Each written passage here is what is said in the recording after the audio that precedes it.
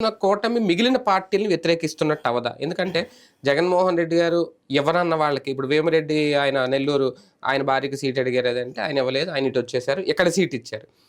అంటే ఈయన చెప్పిన వారసత్వ రాజకీయాలను టీడీపీ ప్రోత్సహిస్తోంది. ఈయన దానికి వ్యతిరేకం, నా సిద్ధాంతం వేరు అంటున్నారు. ఎలాగా రేపు? ఇప్పుడు ఆయన ఏమి తెలుగుదేశం వాళ్ళు నా సిద్ధాంతం ఫాలో అవ్వమంటారు, బీజేపీ వాళ్ళు అంటలేదు. తన పార్టీలో తన ఇష్టం, మిగతా వాళ్ళకి ఆయన ఎందుకు గైడ్ చేస్తాడు? నా ఫార్ములా ఇది. ఇప్పుడు భారతీయ జనతా పార్టీ సిద్ధాంతం వేరు, జేడీయూ సిద్ధాంతం వేరు, తెలుగుదేశం సిద్ధాంతం వేరు. సిద్ధాంతాలు ఎవరిది వాళ్ళదే, రాద్ధాంతాలు ఎవరి వాళ్ళకున్నాయి. సిద్ధాంతాలను కలిపి మిగతా వాళ్ళు నా సిద్ధాంతం ప్రకారం నడవాలంటే రాద్ధాంతం అవుతుంది. ఎవరి సిద్ధాంతం వాళ్ళు ఉన్నప్పుడు తప్పే ఉంది. ఇప్పుడు పవన్ కళ్యాణ్ ఏమి నేను అనుకున్నట్టు నువ్వు కూడా వారసత్వం వదిలేసేయి, మీ అబ్బాయిని తీసేసేయి, లేకపోతే మీ ఆవిడని తీసేసేయి అని అతను చెప్పట్లా. తన పార్టీ వరకు అట్లాంటి రాజకీయం వద్దనుకుంటున్నాడు. మంచిదే కదా అది. అంటే లాంగ్ స్టాండింగ్ ఇబ్బంది అవుదా రేపు పొద్దున్న?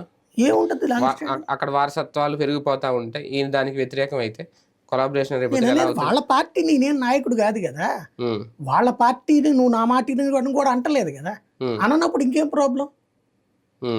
వారసత్వ రాజకీయాలు తెలుగుదేశం చేయడం నాకు నచ్చలేదని చెప్తే అప్పుడు తప్పు అవుతుంది, కానీ ఈయనకి ఎట్లా తప్పు అవుతుంది? ఇంకోటి తెలుగుదేశంలో కూడా వారసత్వ రాజకీయం ఇంకేముందని అంటే అక్కడ లోకేష్ గారు వారసత్వ అది కూడా ప్రూవ్ చేసుకున్నాడు లోకేష్.